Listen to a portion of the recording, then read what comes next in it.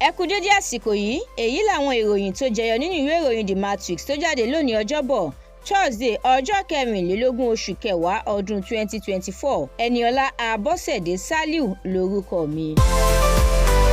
Ààrẹ Tinubu ti tún létò ó gbaṣẹ́ lọ́wọ́ mínísítà 5, ó ṣàtúnyàn 10, ó sì tún yan 7 tuntun míì. Ilé-iṣẹ́ ìdàgbàsókè ẹlẹ́kùnjẹkùn ni yóò máa ṣàmójútó àjọ tó ní í ṣe pẹ̀lú ìdàgbàsókè ẹkùn gbogbo. Ó rọ àwọn tó ṣẹ̀ṣẹ̀ yàn ọ̀hún láti jẹ́ kí ètò ìṣàkóso rẹ̀ yé wọn dáadáa pẹ̀lú ìgboyà láti mú orílẹ̀-èdè Nàìjíríà dé pípele ìdàgbàsókè tí kò ṣeé fojú kéré.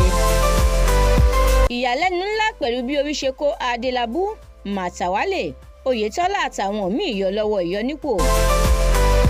NNPC ti ń gbé ìgbésẹ̀ láti san gbèsè bílíọ̀nù $6 tó jẹ, Ẹ̀dùn ló sọ bẹ́ẹ̀. Pẹ̀lú bó ṣe jẹ́ wípé gbogbo ìgbà báyìí ni iná ọba ń bàjẹ́, ilé ìgbìmọ̀ aṣojú-ṣòfin ti fìdí ẹ̀ múlẹ̀ pé òun yóò fi ọ̀rọ̀ po ilé-iṣẹ́ tó mójútó ọ̀rọ̀ iná ọba lọ́fun pọ̀ ní gbangba lónìí. Ilé ìgbìmọ̀ aṣòfin àgbà ti pè fún àpérò pẹ̀lú bó ṣe jẹ́ wípé iye àwọn ọmọ tó ti fi ilé ẹ̀kọ́ sílẹ̀ báyìí kò dín ní mílíọ̀nù lọ́nà 20. Gómìnà ìpínlẹ̀ Benue Alia ti jáwé lọ gbélé ẹ̀ fún adájọ́ àgbà ní ìpínlẹ̀ ọ̀hún fún pé ó pe àjọ EFCC níjà lọ́nà òfin. Wike gbọ́dọ̀ wọ́gi lé ìgbésẹ̀ pé kí wọ́n máa fi ọwọ́ ṣìkún òfin mú àwọn tó ń tọrọ bárà lójú pópó ní ìlú Àbújá, àjọ SERAP ló sọ bẹ́ẹ̀. Òjòjò ń ṣògùn Bobrisky, ara rẹ̀ ò le lágọ̀ọ́ ọlọ́pàá tó wà, wọ́n sáré gbé lọ sí ilé ìwòsàn. Ààrẹ Tinubu búra fún Abdullahi Usman Bello gẹ́gẹ́ bí alága àjọ Code of Conduct Bureau.